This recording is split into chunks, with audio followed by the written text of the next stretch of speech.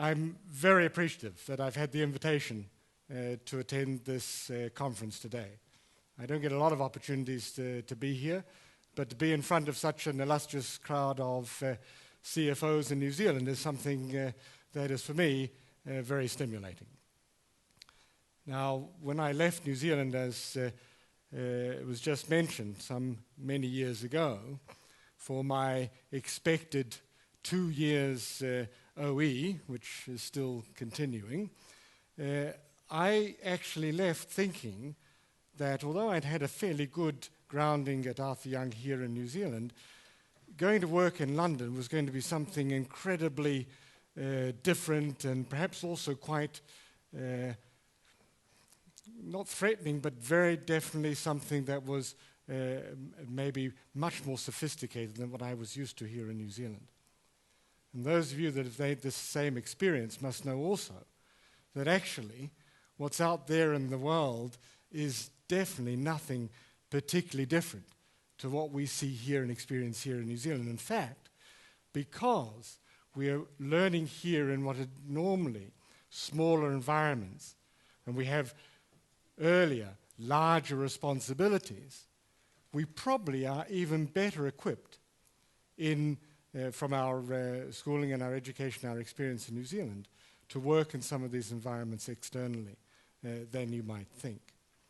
And definitely that was my experience. And my experience here in New Zealand definitely has been something that has been very positive for me, and I believe a bit of a game changer also in my career since leaving New Zealand, definitely also with the Adidas Group.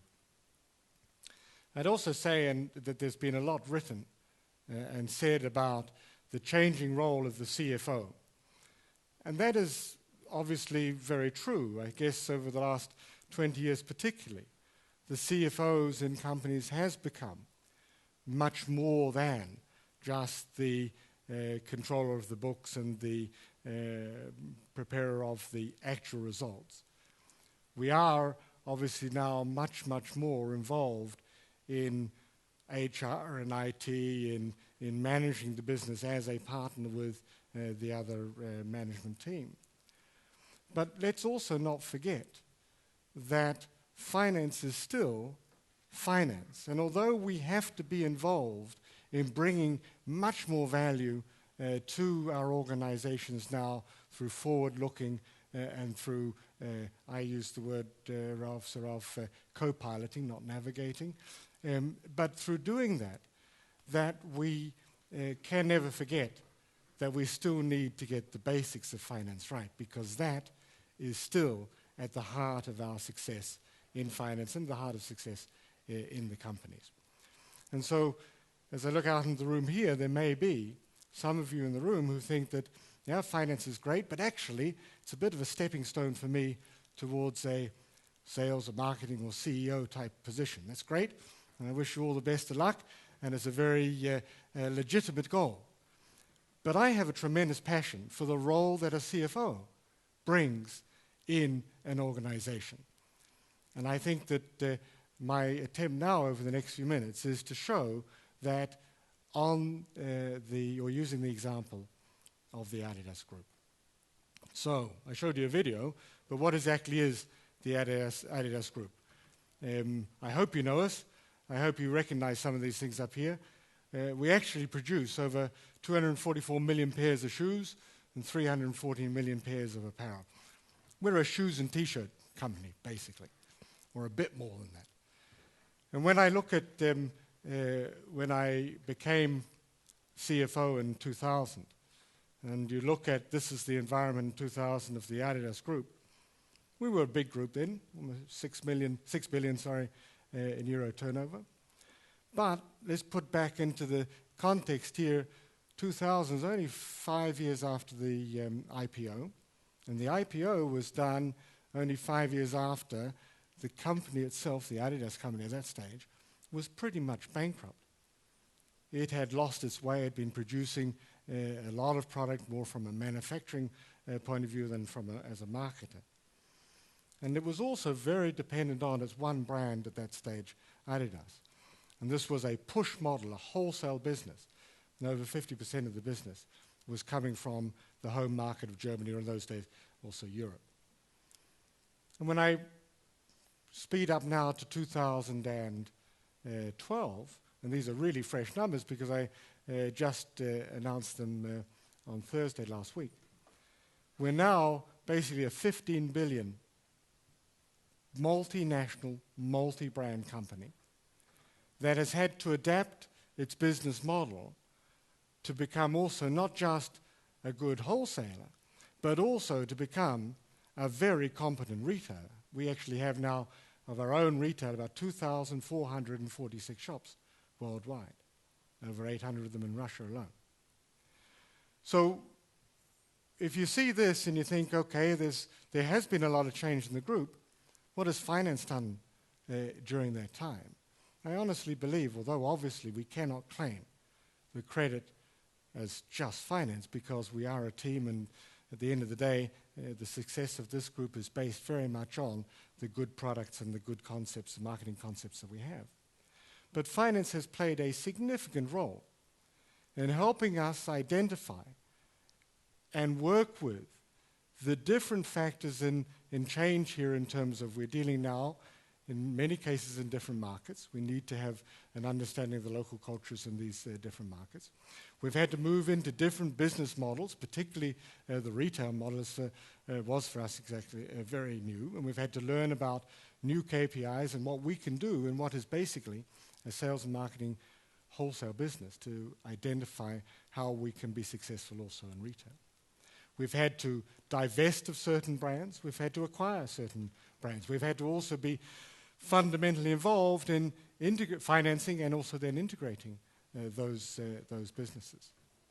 So this is basically where we are today, and I believe that finance has had a significant role in that. And I'd like to think, as I'm sure most CFOs do, that we had a very good business function, sorry, not business, finance function, when I started off in 2000, or at least as we developed over the years. And I think that's fairly true, but I also know that really the major catalyst for change, or the major catalyst, I believe, for what I call the coming of age of finance in the Adidas Group, but I suspect in other companies also, was very much what happened in 2007, 2008. And there were some finance guys involved in causing this sort of problem, but there are also finance guys involved, hopefully, in solving it. And basically what we found in 2007, 2008, that we as a board realized we had to make some changes. There are risks here, but there may also be opportunities, but we definitely wanted to make some changes. And I saw this as a significant opportunity to position finance also credibly as a leader of that change. This was in a period in a sales and marketing company where we were actually getting calls. People were coming to us, the sales and marketing guys coming to finance, asking for help, because the old way of doing business now in this challenging environment where customers didn't necessarily have money, where our debt was increasing, where supply chain was challenged, that finance had a legitimate role to play here. And so I saw this as a significant opportunity for us, and I believe that we all recognized we had an opportunity for change. And there are three key points that I want to make on this. Firstly, in finance, there was the objective, obviously, and you probably saw this if you were around this time also in your own companies, to shore up finance. And shore up finance, it doesn't mean that there was major cash leaks or anything like that, but just make sure that we really are in a strong financial position. And we, as a public company, obviously have access to capital markets. We obviously had been extremely active over the various years leading up to this in terms of convertible bonds, in terms of private placements. In fact, in 2006, we did the largest euro-denominated private placement in the United States for €1 billion. We've had a lot of access to markets, but we also had a situation where, having built up tremendous trust with our banks and finances, that we were able to maintain a good and proactive dialogue that gave a lot of confidence into this very important position at a time when there were some issues around financing. Under this also, we made sure that we were focusing the organization on freeing up what you might call the internal capital, putting a better focus on managing the balance sheet, making sure that our P&L responsibility holders knew that they didn't just have the responsibility for managing the P&L, but they also had a responsibility for the balance sheet. Inventories is not something that the accountants look after. Inventories is something that also the business is responsible for. And what I introduced at this stage as a further development of focusing on the balance sheet was something that they've called a capital charge, which meant that the guys knew that it cost them something to maintain a certain amount of resources on the balance sheet. And that has helped us reduce since 2008 our operating working capital as a percentage of net sales down from about 26.2% of net sales down to end of last year's 20.0% of net sales. And that has obviously also helped us be secure in our finances. The second thing that was important was to understand that this is an opportunity to change our business structure. We had managed our group along the lines of brands and along the lines of regions. This led for a somewhat decentralized approach to our business. And we also recognized that having acquired Reebok and having also become a bit of a retailer over these years, that it was time now to change and make sure that we run our businesses more along wholesale and retail, putting Adidas and Reebok together at the sharp end, and other brands. And what we also did is we made sure that the roles and responsibilities were clearer, and we made sure that the sales guys concentrated on today or the next 12 months, they've got to do the sales, and the marketing guys were there to concentrate on the future, making sure that we do have attractive product to present to our consumers, obviously, in the future. And the third thing was putting all that together in some sort of credible, sure, top-down suggested, but definitely bottom-up validated business plan. Sure, we've done business plans in the past, obviously, 2-3-year business plans.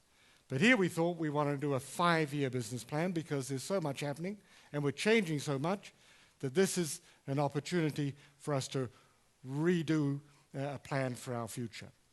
And that plan is something that finance was not just involved in, we led, obviously, putting that together based on two things.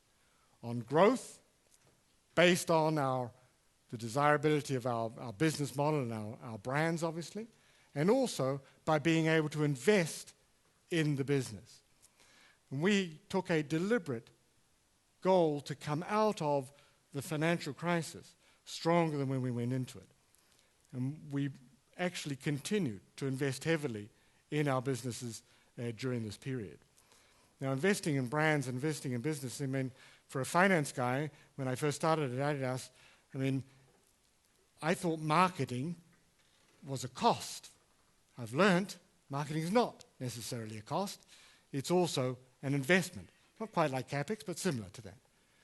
And it's a bit of a challenge for us in finance sometimes to work out how do you measure an investment or the credibility and the acceptability of investment in certain marketing assets.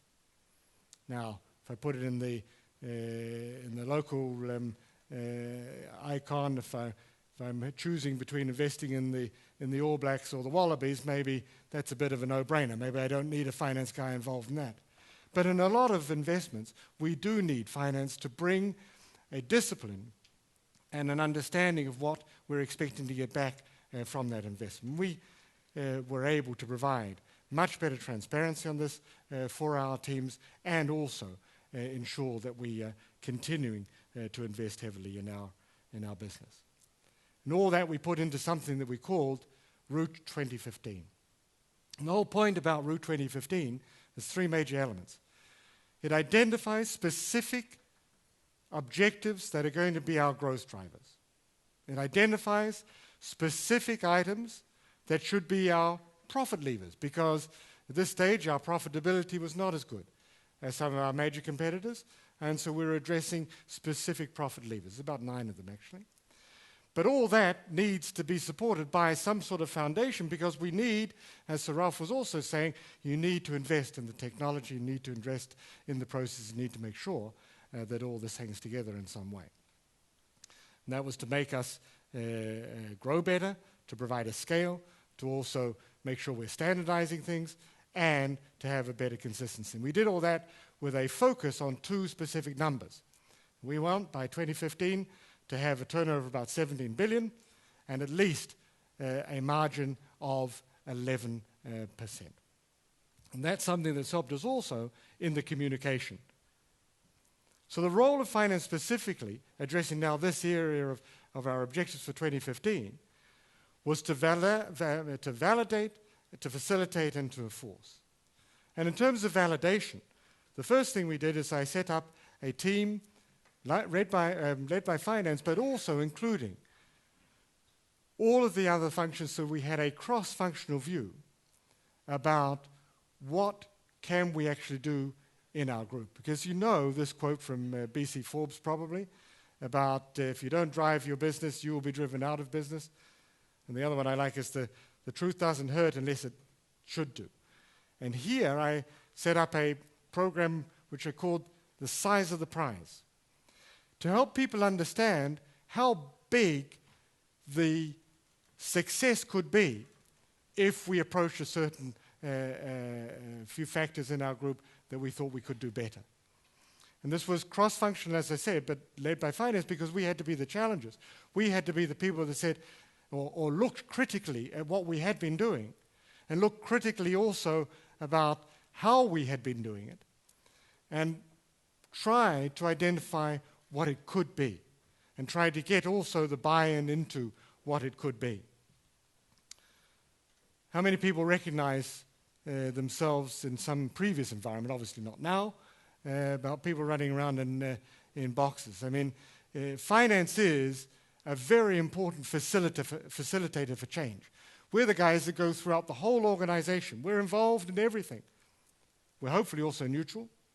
We're hopefully very credible because we understand the business, because we're involved intimately in it.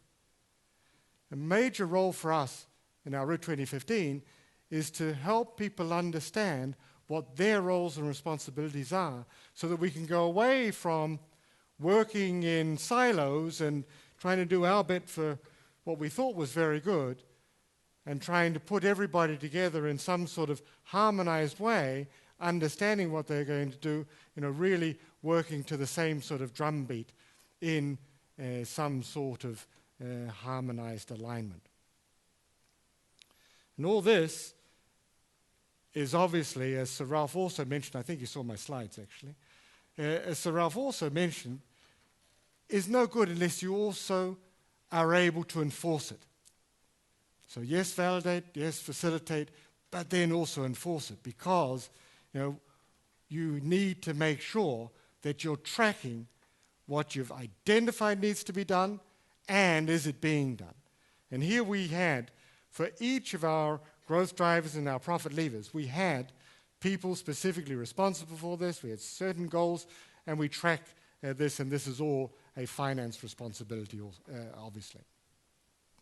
And how do you make sure that the finance guys really do have the ability to be adding value in this? They need obviously also to have a very performance-orientated culture. And I'd always thought that as I first got to know the Adidas organization, how wonderful our product people are and how wonderful our marketing guys are. And I had the ambition that finance needs to be at least as good as our product and our marketing. We don't need to make the product, don't need to design, but we need to have the same sort of value add in this organization. So we need to also be a performance culture. And the 3 points here again are very much empowering people. We need to make sure that people have the feeling they know what they've got to do, they've got a task, and they're motivated to do it and get on with it. We cannot. We're a small team. We cannot do everything ourselves. We need to make sure people can delegate and do that responsibly. We need also to make sure that we in finance are really at least as good as the marketing guys being able to communicate externally, because at the end of the day, everybody needs to understand what their job is and how they are to work together, and that is to be achieved really through excellence in communication. And we need to be prepared for surprises, because as sure as God made little apples, no matter how good your planning is, it's going to work out a bit different. So we need to be making sure our organization is prepared for that. Addressing first the point of empowering our people. I hope you recognize the slide. I chose it specifically because this is one of the best examples of really identifying right people for the right task and getting them to work together with a pride and a passion in what they're doing. And that's essential for all sorts of teams, but also for a finance team. And we've been the communicators and facilitators throughout the Adidas Group in terms of forcing open and honest communication, fact-based decision-making, non-political and collaborative discussions. We also need to make sure that all of our business partners understand that along the line of making business decisions, there's always going to be trade-off decisions to make. And finance has a responsibility to make sure we're helping all of our business partners understand exactly what the implications of those trade-off decisions are. And as I said, I see this as a co-piloting task. Certainly we need to have built up our credibility with our business partners by understanding the business. But we also have an opportunity not just to provide information, but we can also, and we are allowed to have, an opinion. So we have a voice. And we know that if we're able to get everybody to understand what the trade-offs are and get the team to understand what their jobs are, then we can all work better together for the right sort of results. I want to, however, take a couple of minutes on communication, because I've learned, as a boring old CFO at the beginning, that actually you can be the best technical guy in the world, but it ain't going to work unless you can communicate. And there's two key points about communication. The first is the excellence on internal communication, because you need that for the teams to understand what their jobs are. And we found with our articulation of the 2015 plan that sure, it was a very important presentation to the external world, to our shareholders. But it was even more important internally, because our guys learned what's expected of them. We do have actually a plan. There is a strategy. We do know what we're meant to be doing. And by doing this in a good way, we're obviously giving everybody clarity on what that strategy is. And if they have clarity and they're shown how they're meant to work, then you also drive engagement, which is in itself obviously the key to motivation. But that's the internal communication. A lot of my time is spent in external communication. Obviously, investor relations for us as a publicly listed company with 100% float is extremely important. And this is something I believe has been a tremendous success for our group, and also, I'd say, a highlight for the finance group over the last few years, in that we have been able to communicate credibly with our investor community. And that doesn't mean just telling them all about the good stuff. It means deliberately telling them about the stuff that's not so good. Because at least if they know that you know certain things are not so good, and you can perhaps articulate that you're working on it, and perhaps give them some confidence that you also know what needs to be done, then you're building confidence. And by communicating regularly, and by communicating the same thing, hopefully, because don't forget these guys take notes. So you can say one thing one quarter, but you sure as hell, when you come back next year, they remember what you said last time. It builds confidence. And most importantly also, if you're up front and honest and telling everybody about how it really is, then you're able to rely on the trust of these external partners as well. And here I'm particularly referring to the shareholders. And I think that has been a major benefit for the Adidas Group. We have become highlighted in the DAX world. We've got the award last year from Manager Magazine as having the best annual report from about 160 companies in Europe. And we continue to put a lot of emphasis on that sort of communication. And the last thing that I want to cover on is being prepared for surprises. Because obviously we all do budgets, and maybe they come true, but we've learned that over the last few years, more important for us also is to make sure our teams understand about scenarios and the power of scenario planning, and making sure that we really are being open and honest about what could really happen, and are we prepared, and do we know what we should do in managing those scenarios. Risk management is something that obviously is particularly highlighted now through all of the corporate governance work around the world. So you all need to have pretty good understanding of and publish your risk management. But it's not just about risk management, it's also about identifying the opportunities. Because there's always risk, but there must also be opportunities. And finally, it's being also open to that change. Being flexible, making sure that not only the organization can change, but finance can also change with that organization. And I like to say, when I wrap all that up, that basically if we think is what is the finance formula for success? And basically here, I believe that our role in finance, and particularly the role of the CFO, is to make sure that we ensure that our organizations are always able to be ahead of the game. And that can be built on a lot of things, but basically it needs to be built on having the right people, obviously the right processes, clearly also the right infrastructure.